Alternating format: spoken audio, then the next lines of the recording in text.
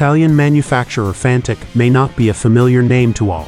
However, after being founded in the late 1960s, they went on to produce a range of sports 50cc mopeds as well as off-roaders that were highly regarded. A period of bankruptcy followed, and then in 2014 the firm re-emerged and started making a whole new range of models. Built in Italy and using locally sourced products where possible, Fantic are rapidly establishing themselves as a company that has a bright future. The Caballero Scrambler 500 was their first big bike, and although it has since been followed up by the Yamaha CP2 engined Caballero 700, the single-cylinder 500 has bags of charm, a lower price tag, and great looks. If you are after a lightweight retro scrambler, the Caballero Scrambler 500 is worth considering as it combines Italian heritage and flair with a Ricardo-designed engine, hopefully making it both stylish and reliable.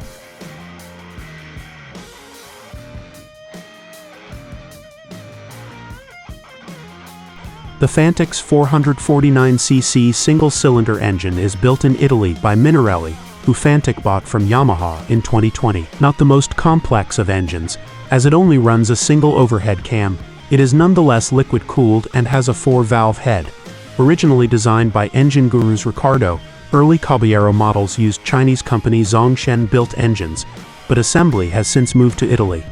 A spirited single, it makes a decent 40 bhp, with 31 7-pound-feet of torque, and has a really usable spread of power with pleasingly little vibrations, enough to add character but not enough to annoy.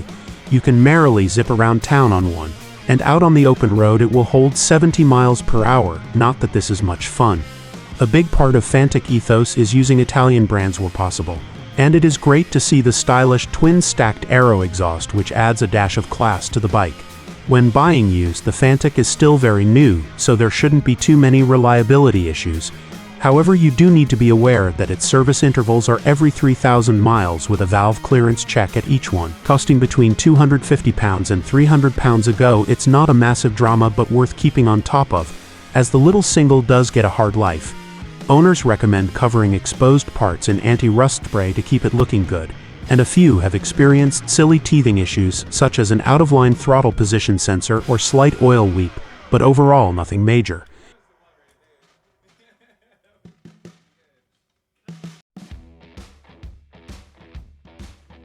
Running a fairly wide 19-inch front wheel shod in quality Italian-made Pirelli Scorpion rally tires, and with good suspension, the Fantic is remarkably solid and assured in bends.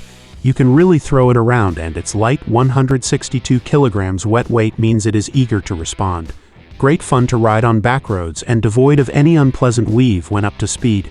Fantic have done an impressive job on the Caballero's chassis, and the single 4-piston radial brake caliper has more than enough bite.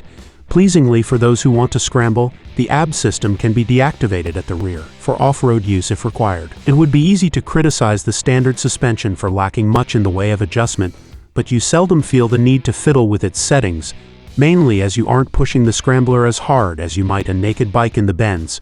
And for its price tag, you can't expect full adjustability if you want this.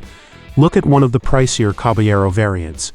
It is also great to see lots of CNC machined parts on the Caballero, something that makes it both look and feel a quality product.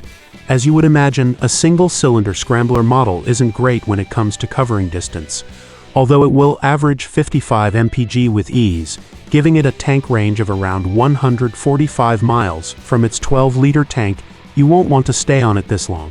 It may not vibrate that badly, but this is a short hop city or backroad bike, not a tourer.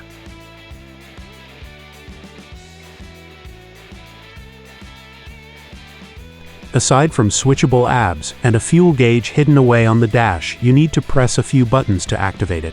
The Fantic has very little tech, but it doesn't need it, and Fantic have instead spent their money very wisely on parts that add to the bike's overall feeling of quality, such as the various metal panels, CNC machined parts, and known brand items.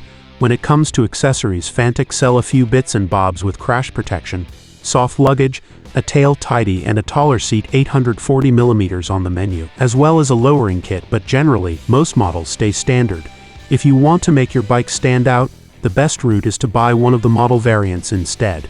Brand new, the Caballero Scrambler costs £6,749, And as well as the basic Scrambler 500, there is the option of the Flat Track 500, Rally 500, and Scrambler Deluxe, which are all based around the same single-cylinder platform but with varying styling and spec, upping their price tag slightly. Not that plentiful in the used market, as they don't sell much in terms of volume. You can pick up a Scrambler for between £4,500 and £5,500 with one of the variants, adding about £300 minus £500 to the price tag.